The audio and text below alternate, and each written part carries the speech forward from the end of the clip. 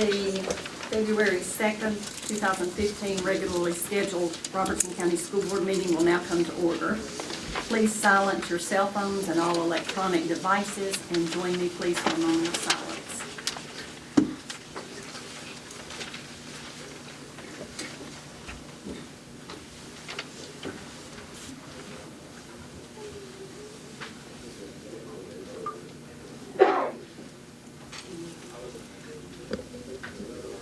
Thank you.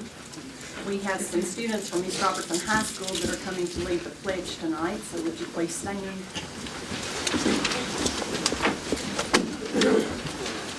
Attention, salute, pledge. I pledge allegiance to the flag of the United States of America and to the republic for which it stands, one nation, under God, indivisible, with liberty and justice for all. We are so happy tonight to have two of these Robertson students that are represented. We have Miss Molly Atkins and we have Miss Reagan Sloan. They are president and vice president of the student body and of their senior class. So give them a big hand. And turn and tell the audience your name again. Hi, I'm Reagan Sloan. And I'm Molly Akins. Glad you're here. Thank you. I gave you the most Congratulations. She's going to Belmont and she's going to UT Martin this fall. So two examples of students from Robertson County. Very proud of them.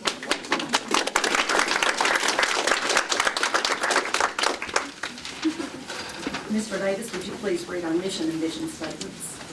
Students and their achievement must be the focus of our every meeting, our every plan, and our every decision. The mission and vision statements of the Robertson County School System are the expressions of what we believe and what we expect. We believe our mission is to ensure each student is prepared to succeed in life.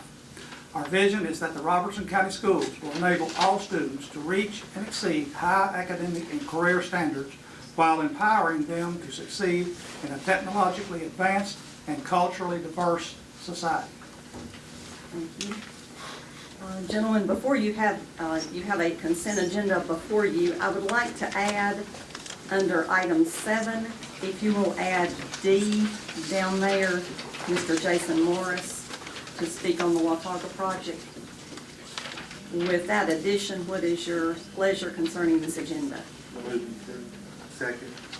Motion's been made and seconded to approve the consent agenda. All those in favor make it known by saying aye. Aye. Opposed, no. And it passes 6-0. We have recognition of student, teacher, and school achievements. Dr. Causey, that be you.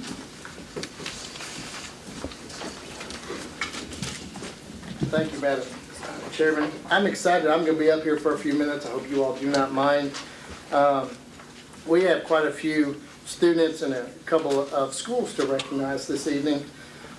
This first one I just found out about not too long ago, and very, very excited. And we're going to ask, just so she can stand here awkwardly while I talk, we're going to ask Miss Alexis Birdwell to come up. Let me tell you what Alexis did. And I'm going to read some of this so I can get it. Are you awkward yet? No, you're good. Look at it. Every year at this time, we give the writing assessment. For the last 2 years, it's been a much more difficult writing assessment, as mentioned earlier, where they actually judge you in 4 different categories: development, focus and organization, language, and conventions. They let you throw the grammar in there too. In each one of those categories, you're scored up 1 to 4. And I'll read this. It says, "Congratulations, you are one of only 100 students across the state to earn a perfect score on the 2014 TCAP writing assessment. She earned a 4 in all of the categories, and of course this is a huge accomplishment, and we definitely commend you, young lady. And you are a 4th grader this year, correct? So that means she had a perfect score as a 3rd grader, which would have been her first time taking the writing assessment." Wow. So let's get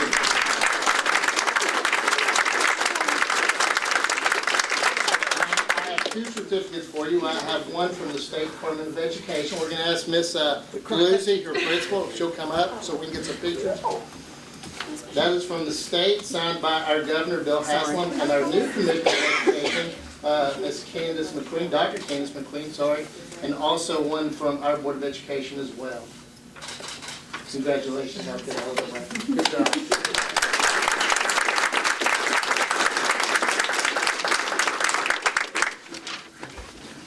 Thank you very, very much.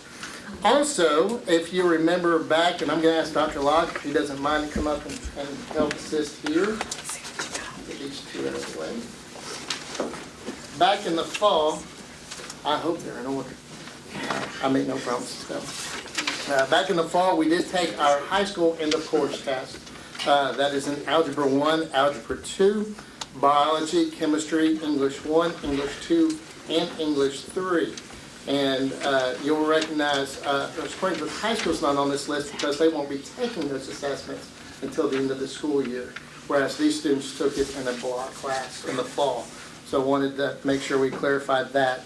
But we had two students that tied for the highest score in the district with a perfect score of 100 on their Algebra 1 EOC, and that is Jacob Burian from White House Heritage High School, if Jacob is here. There's Jacob. And also Forrest Whiting from White House Heritage High School with a perfect score of Algebra 1.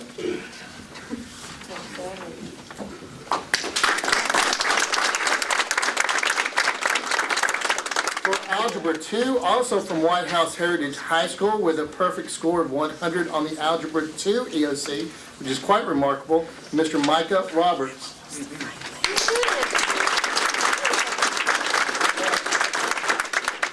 For biology, we had 3 students with a high score of 97. Once again, this is across the district. I do know that one of them from Greenboro High School is not here with us. When you have practice with the Nashville Symphony, that kind of excuses you a little bit. And that is Miss Catherine Carter from Greenboro High School. We'll be sure and get that to her. Also with 97 from White House Heritage High School, Duncan Cox.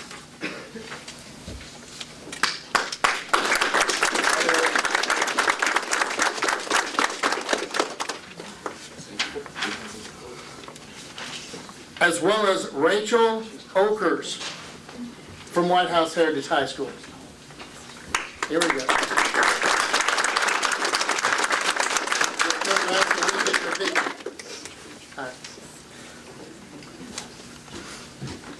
For chemistry, and I'll be the first to tell you this is a rather hard assessment. It's a newer assessment.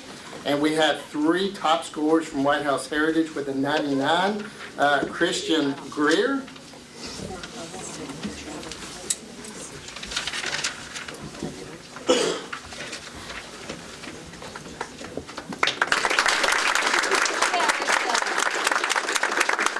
Sarah Stewart.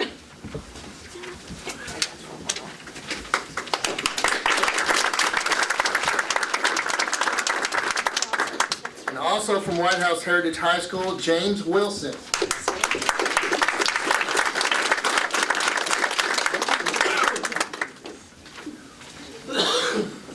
Now on to the English, the highest score in the district for the fall end of course assessment in English 1 with a score of 98, Noah Remo from East Robertson High School.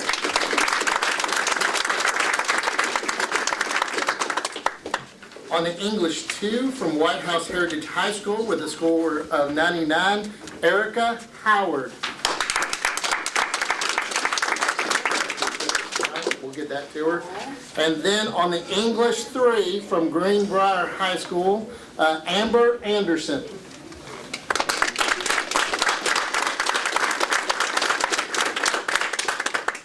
Amber, good job. That English 3 I was talking to her in the hallway, that's also a newer assessment, and it is quite difficult. So congratulations to her. Thank you, Dr. Locke. The last 2 that I would like to give out, back in the fall, we kind of, I guess, challenged our schools to use the TVOS site. And I know we've had this conversation a few times. TVOS shows the growth that our students make from one assessment to the next. It's not necessarily based on proficiency. So at this time, we ask our teachers to get on there and start looking at projections on what is the probability of this child being proficient in algebra or advanced in algebra. And of course, you know, excuse me, if you look at it and it says they have an 80% chance of being proficient, then what is your goal? Well, your goal is for that student to be advanced. Because proficiency is almost, you know, kind of like pretty good odds there. So we asked them, and we're able to log at how many teachers get on there and how many logins they put on there and how much they use that site. And we promised them that we would recognize those schools that use that, because that's a very good way to individualize and differentiate the instruction in the classroom. And so for the entire first semester, and within the first week, they just kind of ran away with it. The teachers got on there, and I think their principal got on there about half as much as all of the teachers did. That award for the entire first semester goes to Greenbrier High School.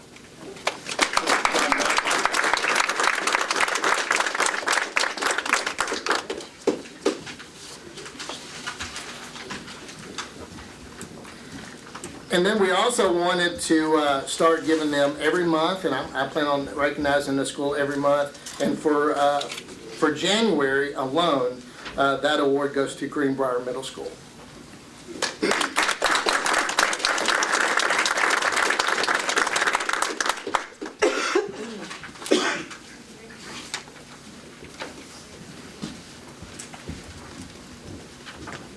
And I'm done. Dr. Causey, yes, would you please explain the fact that Springfield High School, did you say that? I did, yeah, they won't be taking it until the spring, and every single student, right, they'll be considered, every single student at Springfield High School, I think is pretty much taken, at least one or two assessments, so we're good. Thanks. Oh, we have one here? Oh, yes, we'll stop, thank you so very much.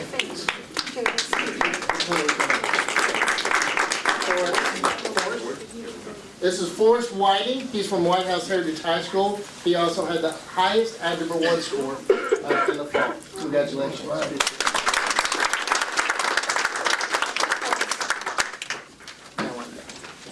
Thank you. Ms. Holt, do you have something?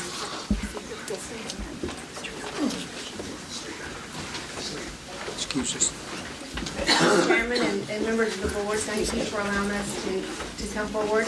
This is Nurse Shana Head. She's our nurse at Robertson Elementary School, and she's going to be giving you a packet of what we're going to briefly discuss today. We just have some exciting things going on in our department that we wanted to share with you all. First of all, we have a very good partnership with North Crest Hospital and Springfield Drugs and several other people in the community that have recently made donations. And North Crest continues to make donations to our department every year for about the past 5 or 6 years to start us off and kick boost our supply of nursing supplies for our clinics in the school year.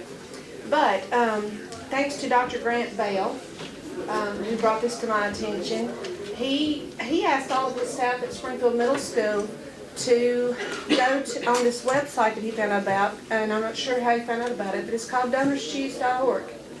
And our school nurse at Springfield Middle, Miss Lynn Weemelt, she called in and asked, will I qualify for this? Can I do this as a school clinic? Is there something I can do? And they said yes. As long as you have a room in a school, then you can qualify to ask for a project fund. So she did so, and her project was fully funded. And you will see that that should be the first project that you have on your list, and she was able to buy supplies that we cannot ordinarily buy on a daily basis. Expensive supplies that we don't necessarily have money for in our county. And she had a $331 project that was fully funded for Springfield Middle School. In addition to that, I asked all of our school nurses to project a project of what their needs were in their clinic and to put it out there and see what happens. We've had donations from West Virginia, California, people that have a heart for either medical or for schools. And this is strictly an educator-only website. So I was a little hesitant at first because sometimes if something seems too good to be true, it is. But it turned out to be legitimate, And we have had a total of 3 schools fully funded for what their project requests were. Chrysler Elementary was one, and that was the last one that was funded. And like I said, the first one was Springfield Middle School. And if you'll notice, Joe Burns Elementary School has had 2 projects fully funded. Just by going on that website. And I invited Nurse Jada to come tonight, so she can just share with you briefly how that process worked for her. Hey, my name's Jada. I'm the school nurse at Joe Burns Elementary School. When Dana asked me to do it, I was not thrilled because it was just extra work for us to have to do. And I didn't really think it was going to happen. Like she said, if it's really good, then it's probably not true. But anyways, went on there, took my picture of the clinic, and uploaded it to the website, and it walks you step by step on what to do. You can go shopping at Amazon. There's all kinds of places you can go shopping through this website. And so my first project, I picked out the items I wanted, and then it asked us to tell a little story, little paragraphs about our school and what type of kids we have at our school and whatnot, and just step by step, and submitted it. And I think I submitted it on January 9th, and by January 12th or 13th, I had all my items in the clinic. So the first project I had, I think 3 anonymous donors, and a donor from Maryland and a donor from Kentucky. And then I was so excited, I decided to do a second project. And so that one was funded mostly local, because I just kept getting the word out there and putting pressure on my parents and my in-laws and different people in the community to go out and to donate to the website, because during the first 7 days, your money is matched dollar for dollar up to $100. So if someone donated $50, it was actually $100 that I got. So I think my projects total both were close to $1,000. So that was that, and I have all my stuff, and I can submit a new project in June. You can do 2 a year, so June is the new year to start over. Yes, some donors are anonymous and some are not. Yes, ma'am. You can go online. When the donors go online, they can donate anonymously, or they can put a message to you. Okay. They can say who they are and, give you a little message. The only thing they do ask, like, we have to send thank you notes back, and then I have to do like a little thank you care package and show pictures of my items that I received. So that's it. Thank you. And I would just like to say that because of Dr. Bell telling us and us finding out about this, we have had, I think Jada's 2 clinics were not quite $1,000, but they were very good donations. But we've had approximately $1,400 worth of items for 3 clinics donated. So we're very proud of that, and I would like to also add that all of our school nurses have gone online and requested projects. So if anybody feels the need to look at donorschoose.org, and we also, I noticed that there are several classrooms in the county also that have items for projects online as well. Thank you. Thank you. Hey, Miss Nikki Fields from RCEA. Here. Yep, she's here. Oh, there you are.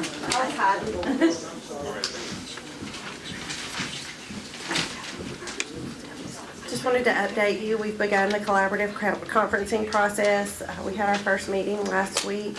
We'll be meeting again next week. We're hoping in the future to do a joint update to the board and to all the teachers to keep you posted on what's going on with the process. Our first meeting was basically a process meeting where we went through the steps of how we're going to proceed with the rest of the sessions. And so next week when we meet, we're going to begin going through the contract and trying to come up with our new memorandum of understanding. So hopefully you'll be getting some joint updates from the collaborative conferencing team soon.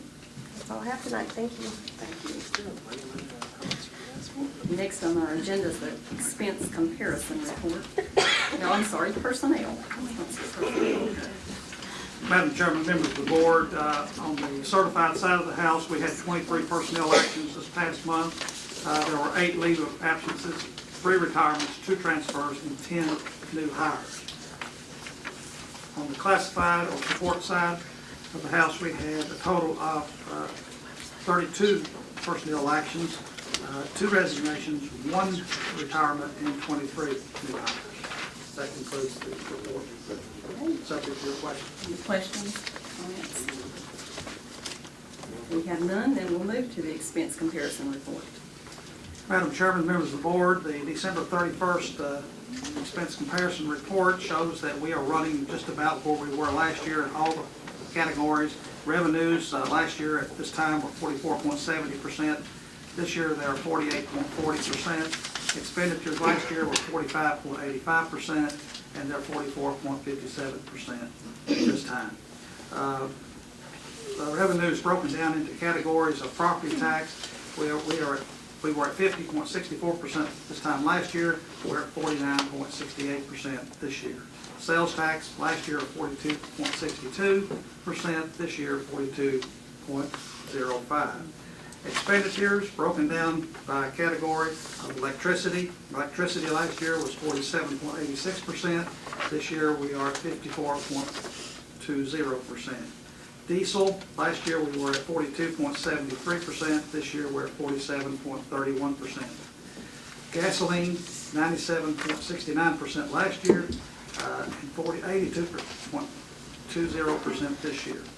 Insurance, and now this goes through December. This does not include the new people that came on, so next month's report will reflect that. But this past year we were at 48.31%. This year we're at 47.28%. Any questions or comments? Our next item is approval of our 2-year renewal contract with GCA Education Services Incorporated. If you will remember, in our January meeting, a motion was passed to table approval of this contract. So do we have a motion to remove this item from the table and also to dispose of the motion to approve the contract as it was presented at our last meeting? Yes, ma'am. Motion Make has that been- motion. Motion has been made. Is there a second? I'll second it. Okay, motion has been made and second. Any discussion? Like the reason we're disposing of it is because we have a new contract. We have a new contract. So, Okay, all those in favor of the motion, make it known by saying aye. Aye. Opposed, no.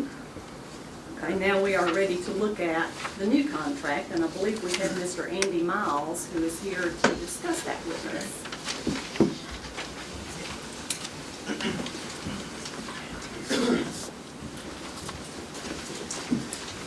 Good evening. My name is Adam Miles. I'm with GCA, and this is Mr. Joe Hawk, also with GCA. Joe is actually the regional manager here in Robertson County, overseeing this account. So if there's any questions, we're happy to answer any that the board may have. At the last meeting, Mr. Converse, we had a discussion about Section B and the contract that was presented. They have removed that. My understanding that's no longer a part of it, so all those issues are on the company's back if something were to occur. So that has been amended and the new contract reflects that. It also reflects, if you look in there, the cost, somebody asked the cost of what it's going to be to provide the services for the Crestview. Right. This is only for a 2-year contract without any CPI or any consumer price index increases over the next 2 years. That's correct. Do we have any questions for these gentlemen? Does our original contract allow for us to do another 2-year contract? I think it says up to 5 years. If you want to Oh, do it. 1 year. But they won't 1 year at a time or do 2 years. It's up to you, Mr. White. If you want to do 1 year, they'll entertain that. What was appealing to me about this when they said we will do it without any CPI increase over the next 2 years, we've been paying every year an annual CPI, and I wanted to get away from that so we could have a firm number to budget with. Madam Chairman, let me go ahead and make the motion to approve the contract with GCA Educational Services for a 2-year contract. Extension, yes. Motion, is there a second? A second. Motion has been made and second. Any other discussion? I have a question. When we have a question on cleanliness and places that we question in the schools that we go into, is there a height difference of how high you can go, like a gymnasium, for example? Is that I didn't find anything in it that stated, you know. As far as lighting goes, or just, Lighting or height, because I've heard different things. We can't go over 7 feet or 10 feet high, everything above that, you know. typically, most of our contracts state anything above 8 feet. Okay. That's what I was looking for, and I didn't find it. It's kind of gray, but realistically, anything with a 6-foot ladder that we can stand and get to, we can clean. Yeah, and additional, there's also extension poles. Anything within reason that can be, you know, a 30-foot extension pole. I mean, cobwebs and corners of top end, it's not a big deal if you can knock them down. It's a big deal. You know, because there's a lot of those around. In the gymnasiums, there's a good deal of that. Sure. They're fairly easy to get to, unsightly. Yeah. When outsiders come into school, we want to make sure, that's the why I did have y'all there. Absolutely. Question, how often do any of you all visit these sites that you're representing cleaning? I visit pretty much twice a week to Robertson County with our account managers, Jeff Smith and Chad Clary. I also drop by to check in on our principals a lot. Do you see anything, you know, you're an extra set of eyes that's not looking at it every day. Do you see anything that's unsatisfactory? When I walk around, yes, I always find some issues that are unsatisfactory for GCA standard that I point out to my guys, and they'll address it. So yes, I do. It's my job to find some unsatisfactory areas. I will say that you guys have some very clean schools. I'm in charge of a lot of schools around this area, and you're definitely one of the best. So Jeff and Chad do a fantastic job in my view. But you know, we can always do better. Always. Do you follow up, like when you set that up? Yes, sir. You try to follow up on that? I know it's Absolutely. impossible to be everywhere. Yep, I check in with the guys. I basically do an inspection report, and I give that report to my guys. It's basically a quality control measure. I give it to them, make sure that we're on the same page. They correct the issues that I see. You know, that's part of my job, is to oversee some of these that slip through the cracks. You know, they're busy doing other things. It's kind of nice to have an extra set of eyes come out and see it from not the everyday grind point of view. But yes. How many employees do we have right now in Robertson County? You know? Gosh, total. I would have to get back with you on that. I'm just curious. It's well over 100. And then you take care of everything from working comp, machinery in the school. We don't do anything. No, sir. And if we have a Supplies. problem, we just got to do it. Yep, exactly. Absolutely. And part of the partnership is, you know, in the cleaning business, are we gonna miss something from time to time? Sure. But we have the checks and balances in place to try to remedy that. That's kind of what Joe was kind of discussing, is, you know, we have our custodians, and then above that we have our account managers, Jeff and Chad. And Joe is kind of their regional manager. So what Joe is doing is making sure that those folks are doing what they're supposed to be doing in their schools on a daily basis. So that's all those layers that we try to add, just a value added there. And would either one of them have a problem if one of the school board members seen something somewhere that they had a question about, to contact you directly instead of Absolutely, I encourage going it. through? Mhm.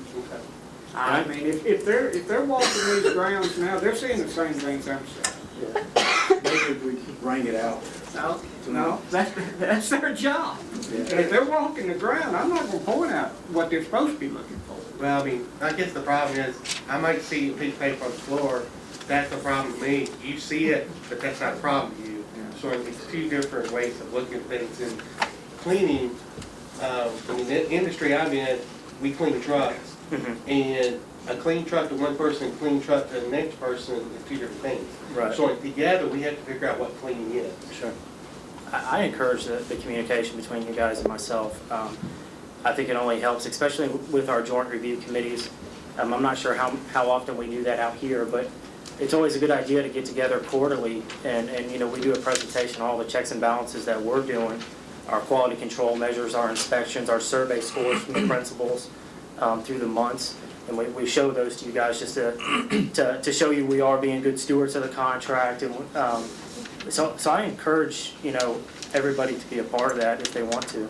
Yeah, actually, what's typical is whomever the designee is of the district, we like to sit down with them each quarter and have that conversation. Basically, everything that we've done in the past 3 or 4 months and all the feedback, all the data, and that's basically just kind of being inspections, which are just random that the account manager has to go and, you know, if he has to go to classroom 300 in school ABC, he has to go and give it a grade. It's logged into our system and it's reported each quarter. And be happy to print up enough books for the board review anytime. If you, That's good information. Who is on this joint review committee? Have we So always had they're that? going to establish that within 30 days after the Okay, contract. that's new. yeah, in the past, I believe it was with Mr. He recently resigned, I believe. Yeah, Mr. Taylor. And I don't believe there's been one since, so. That's what I think. Okay, question's been called. A motion and a second to approve the 2-year renewal contract with GCA Education Services Incorporated as presented tonight. All those in favor make it known by saying aye. Aye. Opposed? No. Passes 5-1. Thank you. Thank you. Thanks, gentlemen. Thank you. Okay, next we have approval of board policy revisions on first reading. That's Dr. Locke. Good evening. Members of the board, I'm bringing to you 2 policy revisions for consideration on first reading. The first one is policy 4.520. It deals with midterm and final exams. I think you have a copy of the recommendations at the bottom. The top part that's kind of marked out, that's kind of antiquated, so I felt like it might be a good idea to just remove that because it is outdated, going back to fall of 2009. And I would answer any questions that anyone has regarding that policy. I'll go ahead and make your motion, Madam President, of board policy 4.520.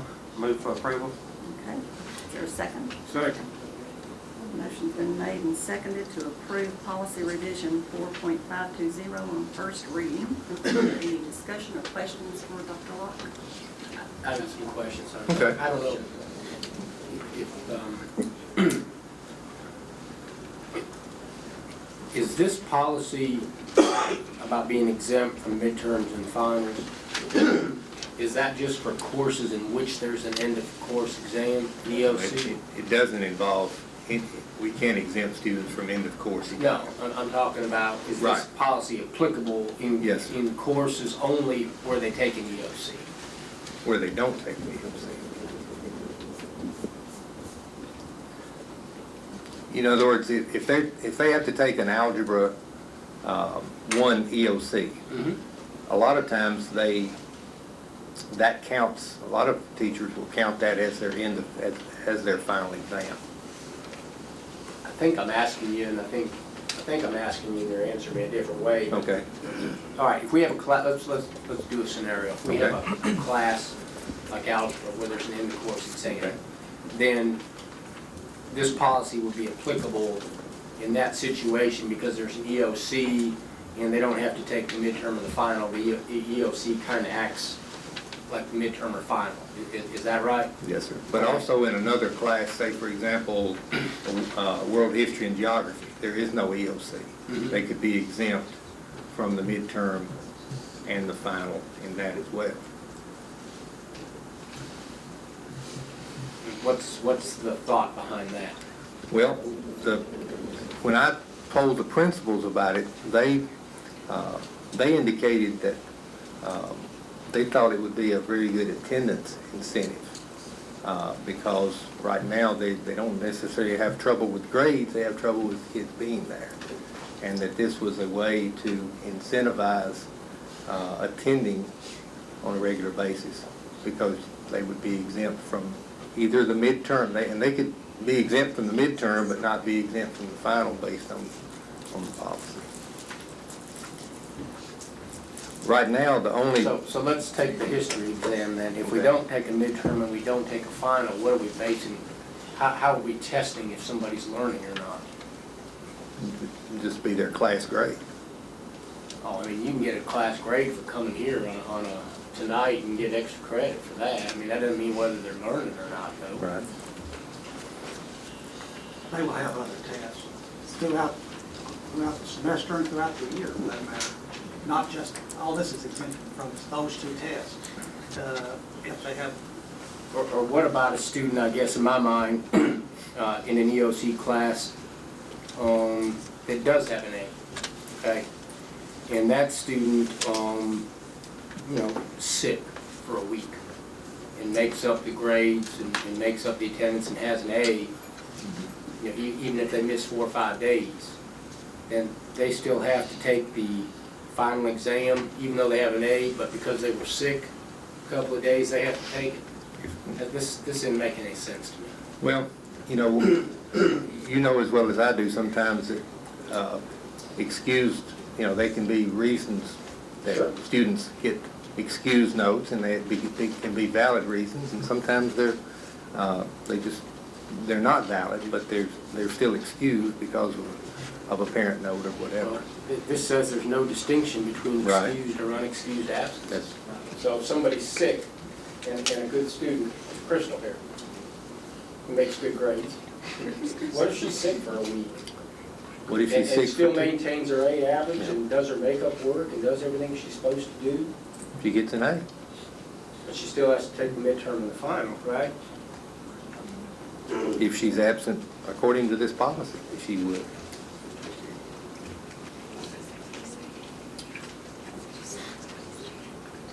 And then we're exempting kids with a B average?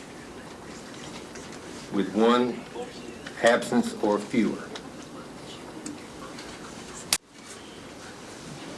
I can kind of get the A average. Not sold on the B.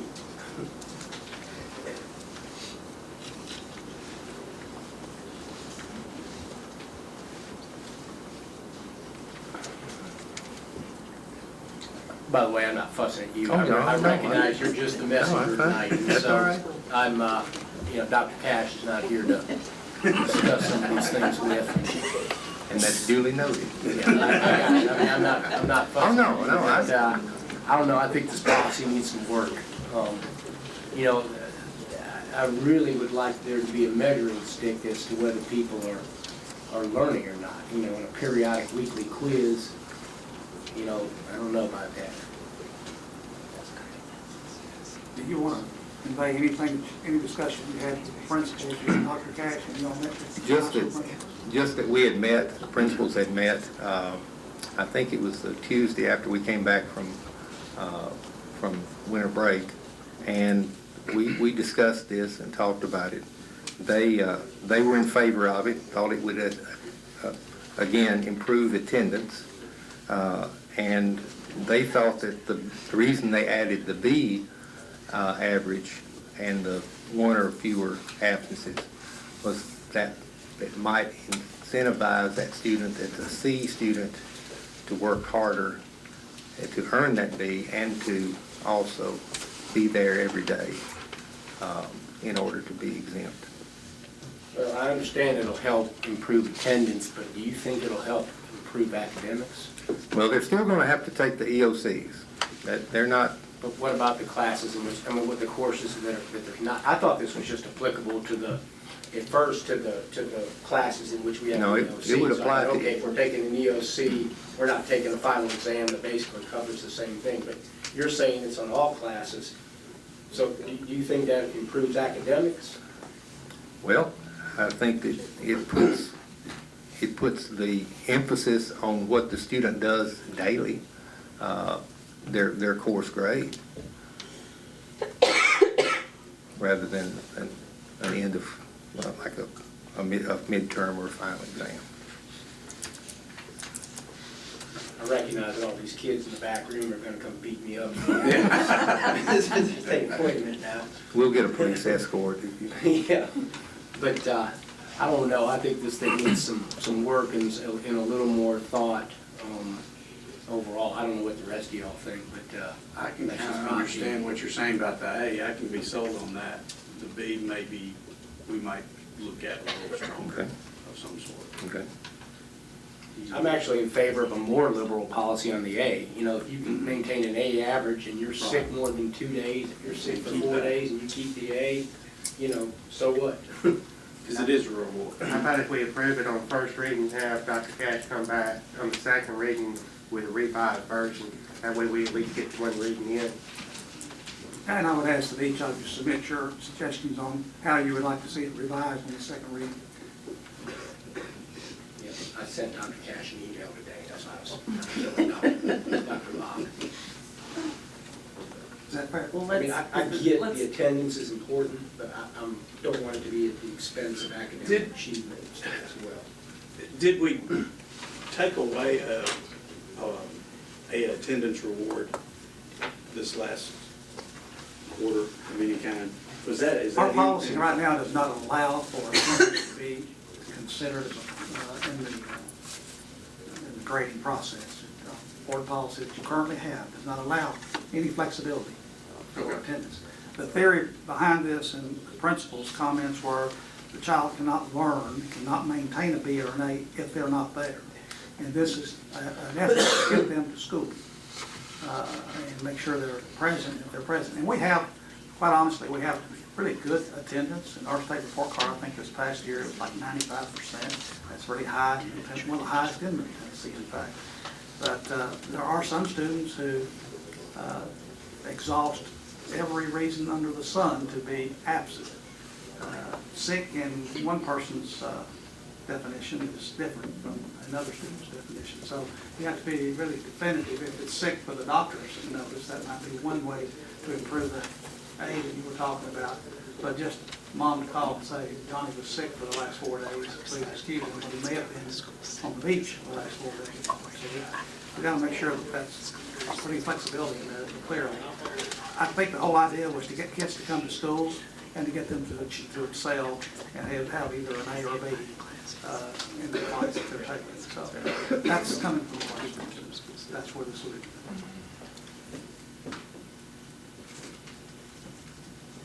I think if you approve it, Madam Chairman, on first reading with you all submitting your revisions to Dr. Cash, and we can bring it back to the second reading. And if you don't have to pass it on the second reading, it's not revised correctly, we can always have it brought back to defer it for another day. then we will vote on that motion to approve on the first reading with the stipulation that we will get with Dr. Cash if you have some things that you want to discuss. So all those in favor of approving on first reading, make it known by saying aye. Aye. Opposed, no. No. Passes 5-1.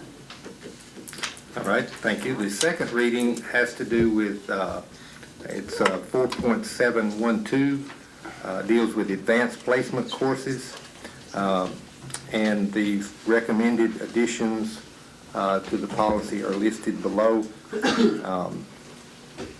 And I would be glad to answer any questions that you might have regarding any of those recommended additions. I'll keep your motion on the table. Okay, thank you. Madam Chairman, approval for board policy revision 4.712. Is there a second? Second. Okay, we have a motion and a second. Any discussion? I have a question, because I don't really understand Okay. quite for sure how this works. Yes, I'm sir. not sure if I'm reading it right.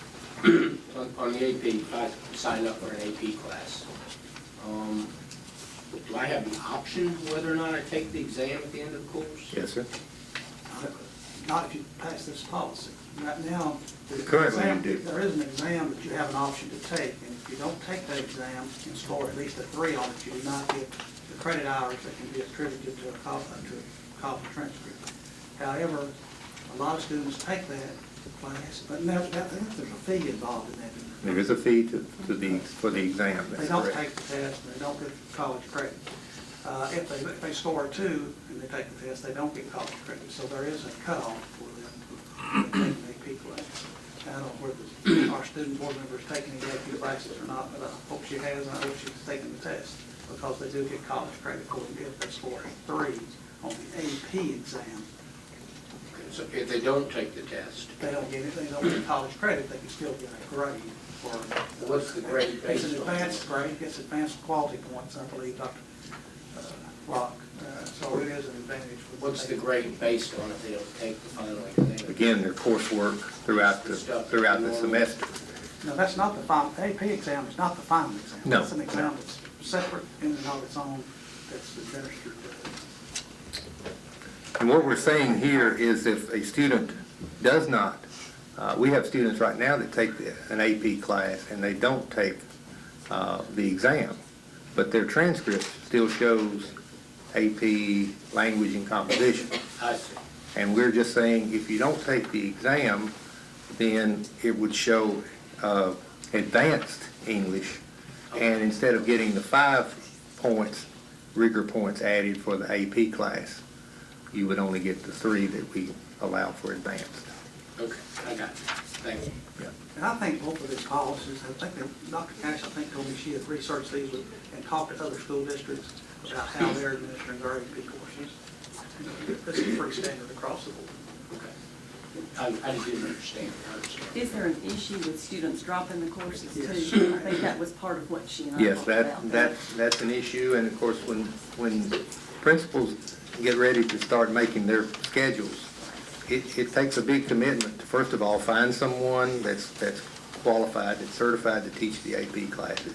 And a lot of times those classes are not big classes. There may be 12, 13 kids, something like that. So that, you know, if you have a class of 13, you're going to have some other classes that may have a few more students in them. Right. Well, and if somebody comes, you know, all of a sudden, well, 6 people drop, now you have a class of 6 or 7 kids, and that's not wise use of the schedule. And we're just saying that when you sign up for an AP class, expect to do college work and expect to hang in there with it, you know. And I think the parent permission to register, I think, would help a little bit. And the no opt-out policy would also help as well. What is the cost for these AP classes? Is there a cost for the class? Not for the or class, just for no. the test? No, just for the exam. Without the exam, no college credit? Right. Teachers have to meet certain criteria. So Doc, what's the difference between the AP and the dual enrollment? The dual enrollment, there's no exam that's involved with it. And you still get college credit. As Mr. Davis said, when you take the AP exam, you have to score 3 or better in order to receive college credit. And it's pretty well transferred anywhere. Our dual enrollment may not be accepted in, for example, dual enrollment's not accepted at Vanderbilt and some of the other schools. That's one of the few. Right. They pretty much got every school covered. Right. There's on a handful. In Tennessee, Yeah. right. I think we've been turned down by University of Chicago. Right. And Joe Burns has been the only other one. I think that's right. And our dual enrollment's taught by a college, right? Right. Most of the time, a college professor, and your AP taught by one of the. It can be, or it can be taught by A sort a of teacher that has certain credentials. If they meet the criteria. The dual credit is actually a college course that the student I gets get also that high now. school credit. I've talked to a number of students across the county that when they graduate in May, they're gonna be within just a few hours of being a sophomore when they start their college career. And if they're taking if they get a scholarship to a school and that school's a private school, says maybe not take the history class that we offer, that can be negotiated into the scholarships where they will take it. That's been done. Okay, any other questions? I have a question. Just to clarify, this is not making it mandatory for everyone that has taken an AP test or an AP class to take the AP exam? That's correct. Because I know that some people that take the AP course are just taking it to prepare for college, but they don't necessarily have the money at that time to take the course. That's correct. They don't have to, but again, their transcript would not show that they've taken advanced placement. They would show an advanced, say for example, calculus. If you signed up for AP calculus and you didn't take the AP calculus exam, your transcript would show advanced calculus, not AP calculus. With, if I'm getting this right, Joe Burns does not offer any AP classes. That's correct, but they have a very robust dual enrollment That's program. what I'm Yeah, saying. that's correct. That seems to supersede. Do you have any idea how many kids are taking the AP course but are not paying for it to get the college credits? And then I have a follow-up question to that. Well, I'm not sure on that. I know that we had a student last year that, from one of our high schools that scored a 5, which is the top score on the AP calculus test. But as far as how many are actually taking the class and not taking the exam, I don't have that information. My other question would be, and maybe for you and Mr. Davis, if we have some kids who are taking the classes, who are doing very well in school, but they cannot afford, they personally cannot afford it, is there any way that the system can aid them in any way? Scholarship type. Yeah, you can. College Board actually offers a reduction. There's still some cost involved, I think, but I think it's like half of what it would normally cost. But the board could elect, if a person wanted to make application and establish that for them, they could not afford to pay the fee for the exam, the board could elect to pay that. And I think that's something I want to consider. I'd love to see us do that and then tie that also into their attendance in the class and its students. The whole purpose behind both of these policies is to increase the rigor and to increase the achievement of the students at the secondary level, basically. We have a lot of students, for example, who can do college level work as a junior in high school or a senior in high school. And we want to give them provide them that opportunity. But at the same time, we want mom and dad to know that they are engaging in that work, and that halfway through the course, they don't get disenchanted and say, I want to drop this course because it's too difficult. We want them to go in with both eyes open. We need the parents as a part of the child's plan to enroll in those classes. And of course, counselors are going to play a huge role in this. Sometimes kids get into those classes that have no business taking. And we don't want that either, because then we end up with a failure. And that's not what we want. We want success for all students, but we want them to be able to perform at the college level if they're going to take a course. I don't know if next month would be too early to bring something before the board, but I'd love to see something brought before the board for those kids who... It wouldn't be a lot of money. No, I don't think it would be either, and it would be a great opportunity for some kids that can't afford it. It'd come out of instructional supplies or deductible. Okay, we're ready to vote on this one. We are voting on policy revision 4.712 on first reading.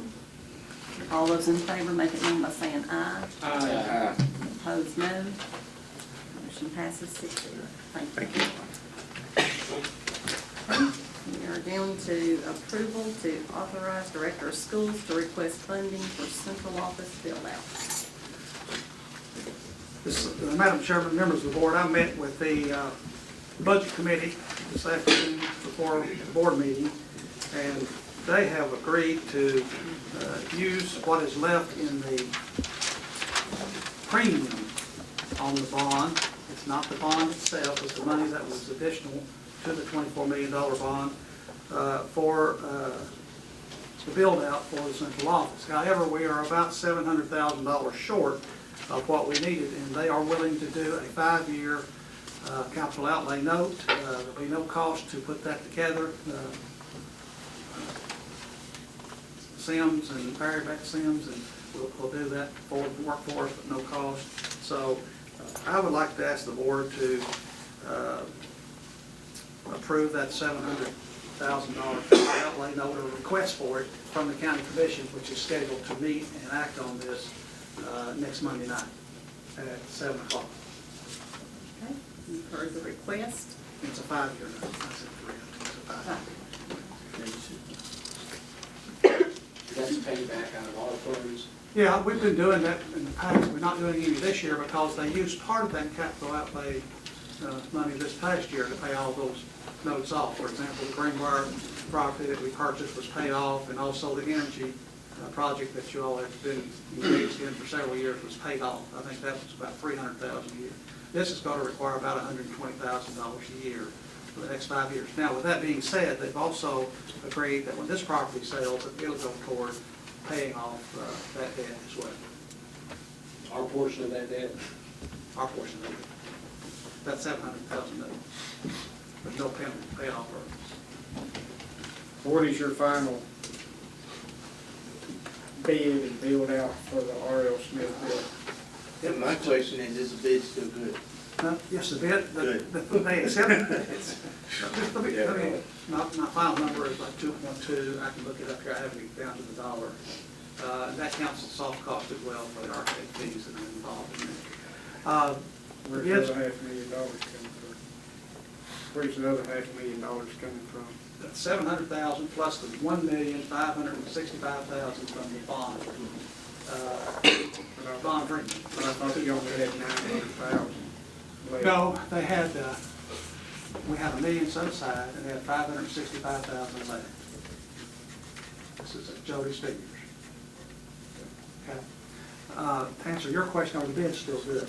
The finance committee did, you all accepted the bids, and the finance committee accepted the bids a day or 2 days before the bids expired. So I talked to the contractor, and he can hold his subs for 30 days after that.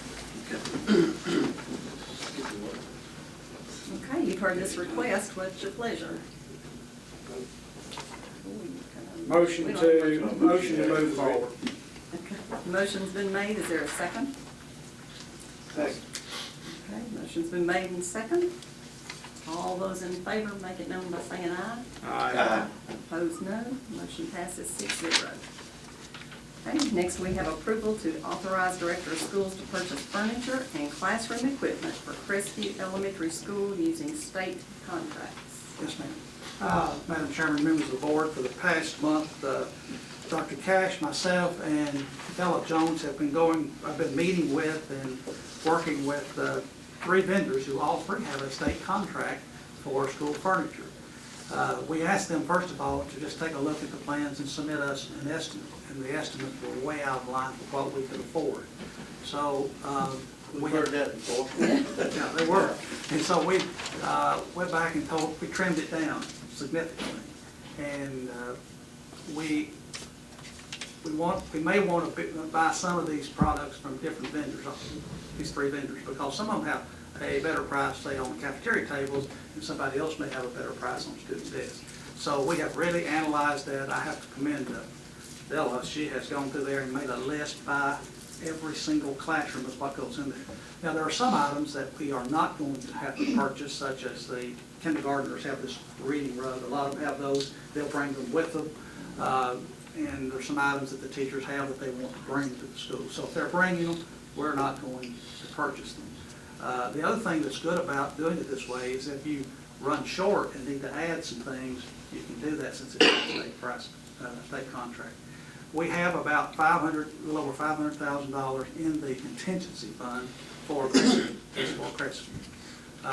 We will not spend all of that. In fact, I hope that my plan is to have enough left to also buy the cafeteria tables and furnishings for Otago once it's completed, because they're not going to have any money left. It's going to take everything they have. So we could come back and buy that on this plan as well. So I'm just asking that you all authorize me to put together a packet with one or all of these vendors to furnish that school. We have to order in March in order to have it on board by July 1.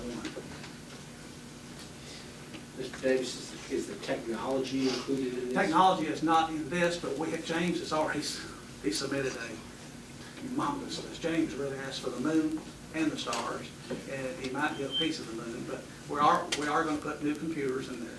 We are going to do some things like that. There are some bells and whistles that we'd love to have, but there's just not enough money. It would cost us about $500,000 in and of itself if we bought everything, and I asked him to dream, I asked for it. We bought everything he asked for. And that's some of the things we just don't need to put in the school, because our other schools really don't have them either. But you got to buy copiers, for example. You have to buy those. You have to buy computers. And, It's new computers, right? We're not putting crap. we don't want to put junk. Crap in new buildings. Right. We want this to be furnished so that walk away and they won't have to look at it for several years. Okay, you've heard the request, what's your approval?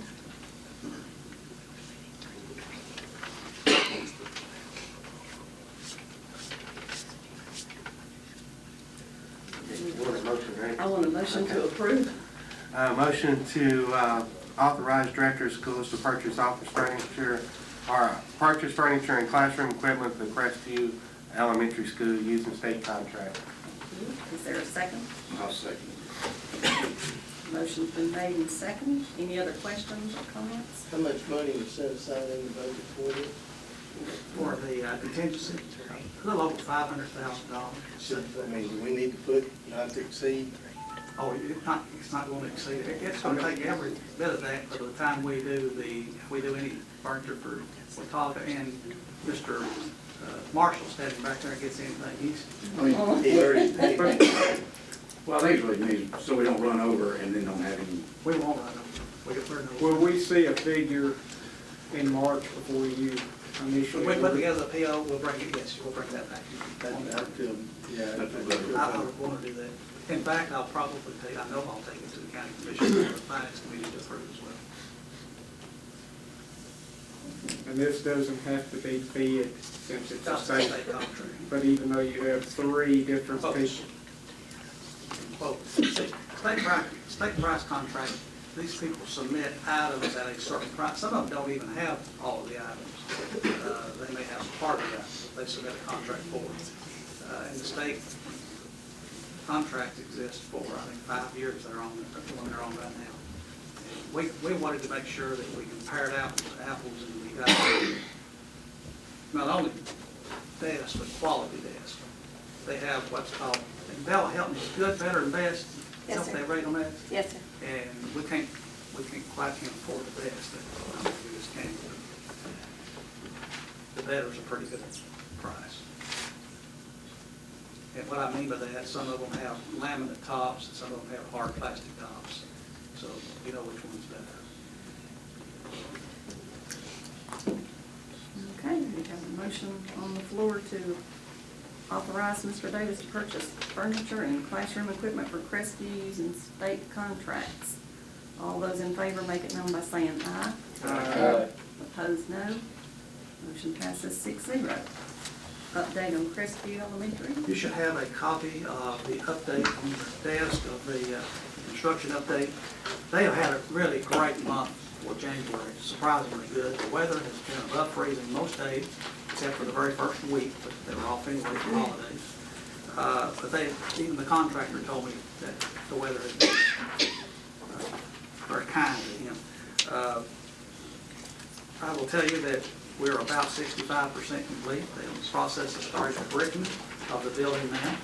The only wing they have not completed is the front wing of the building, and that should be under roof by the end of February. The other portions of the building is already under roof. And Mr. Morris is here. He could probably add to that because he's out there. I go out there at least 3 times a week, and sometimes every day of the week, but he's out there quite frequently as well. Good evening. I can't add too much to that. That's pretty much spot on. They do have, looks like they're gonna have some great weather this week, so hopefully they can just keep pushing through the month, just like they did in January. Hopefully it won't get too cold for them. That's Crestview. Can I go on into Watauga? Okay. All right. That's okay. Okay, great. On the Watauga project, I brought you guys an updated overall floor plan of where we are and what we have. We are on track to have the job back out to bid the second week of February. And probably have a 3-week bid process on that, which will have it a bid date somewhere in the first week or so of March. We've split it up into the base bid, as we talked in the last meeting, is the central portion with the 8 classrooms, 9 classrooms, and the kitchen and the dining room. And then the alternates that we have, or the alternates that we discussed before, with the gym addition, the alternate classrooms on the back left, the re-roof, the loop drive is an alternate broken out as well, and then the renovation that we were doing before of the existing parts of the building. So we've got it broken out to where we can get it down to within the budget and hopefully be able to break ground on it as soon as we can. So that's how long. When did you say going out bid? It'll be going to the printer the second week of February. Right around the Next 3rd. week? Yeah, right around the 13th is what we're shooting for, yeah. And we've got Expect the bids to be back. the bids, probably the first week of March. I think the 5th or so is the date I was looking at for a bid date. I think that's the first Thursday. That would give them just right at 3 weeks or so to bid the job. And, a job like that, 2 weeks is kind of a short window, so the 3 weeks is kind of where that puts them. Madam Chairman, if it's possible, if it's okay with the board, I know we'll already have our board meeting by the 5th, but if we need to have a special call meeting, go ahead and do that, so we can get this thing, we did get this rolling. Once you get them in, how much time do we need? We usually like to take a couple of days to look at them and go over everything, make sure, check their licenses and everything, and their limits and all that stuff. I don't guess we don't need to decide that No, I tonight, just but want to make sure that we, I think that the 9th or so is that Monday, I think is what that, I think. we can certainly do that. Okay. Okay. That's the Watauga project, the secure vestibule, if I can have 30 more seconds. The secure vestibules job, they are 99.8% done. They're really close. They had a couple of doors that we've asked them to go through and take off and put back on to where they came off of the hinges. Instead of having to try to go through and put new hardware back on, we're gonna make them replace the doors. They've got that underway. And then at Greenbrier High School, they're doing some work on the transition to go into that school. There's a little height difference in the sidewalk and the office itself, and they're gonna go in and take some of that concrete out and put some new concrete in. I think they were looking at doing that when you guys are out of school. I asked them to do that during President's Day. Yeah. So they'll be able to go in that weekend, and by the time they're back on Tuesday, hopefully be ready to go. The floor level is, I think, higher than concrete on the outside or vice versa. Yeah, We need to make that, it's not it's- handicap accessible, right. but it has to be smooth. They have to saw out a piece of concrete, pour it back in that proper elevation. So that is everything I've got. Okay, anything else? Thank you. Thank you.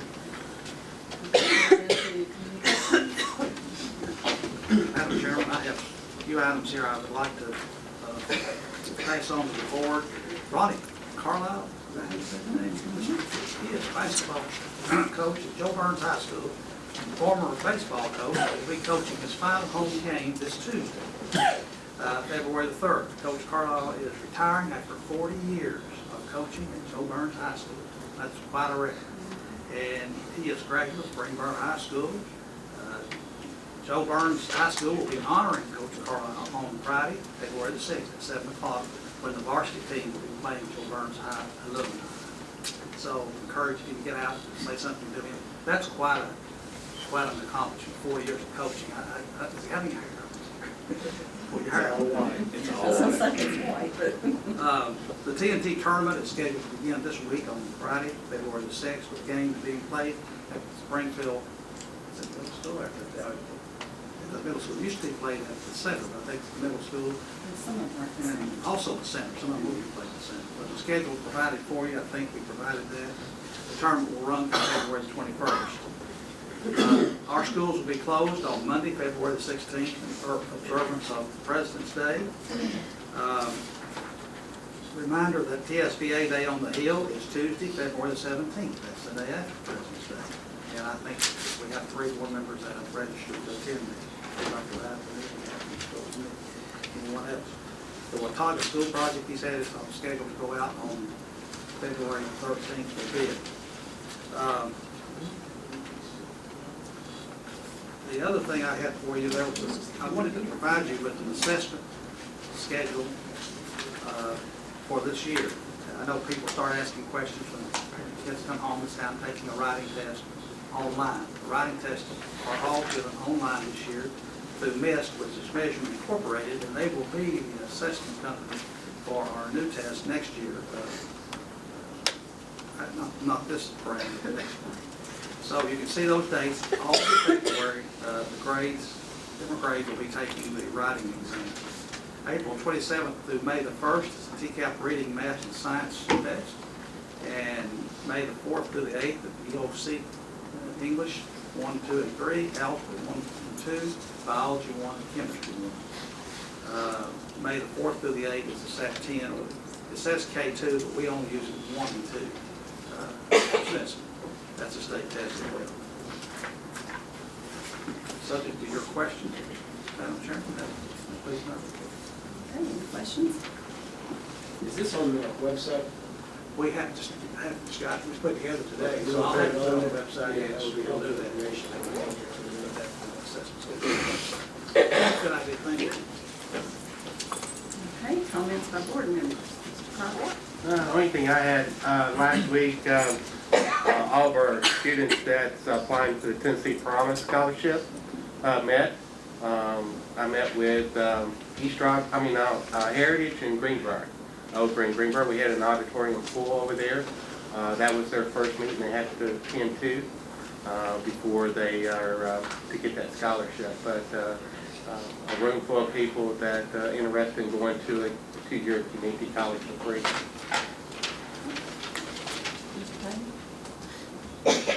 I don't have much, just we have the alumni game on Tuesday night. It's a lot of fun to watch. Tuesday night, isn't it? Or Friday night. But make sure it's the right day. But yeah, make sure you come. It's a lot of fun, and it'll be nice event. Again, congratulations to all the students who received their awards tonight, and I know they're working hard along with the teachers. Dr. Osborne, tell me about that wrestling team. What'd they do? They went to the state tournament for the first time in school history.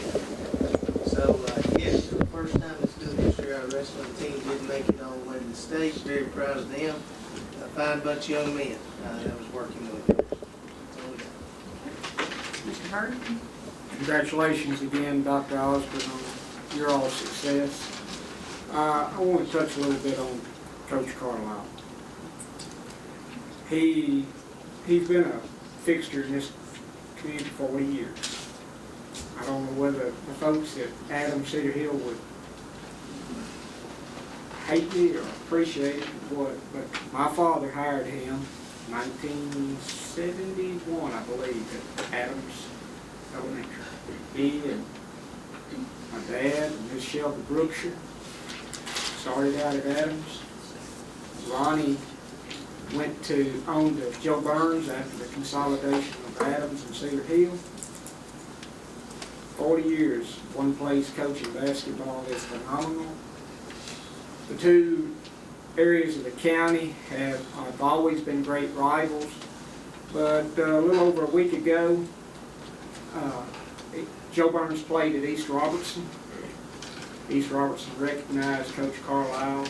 His son, which is an assistant coach at East Robertson, had his family come out. And it was really something to see the two communities come together to recognize a man. Unfortunately, Joe Burns beat East. But it was a fitting tribute for that to go out that way. There's been a lot of heated battles over the 40 years between those two communities, but we all came together to tribute. That's about all I have to say.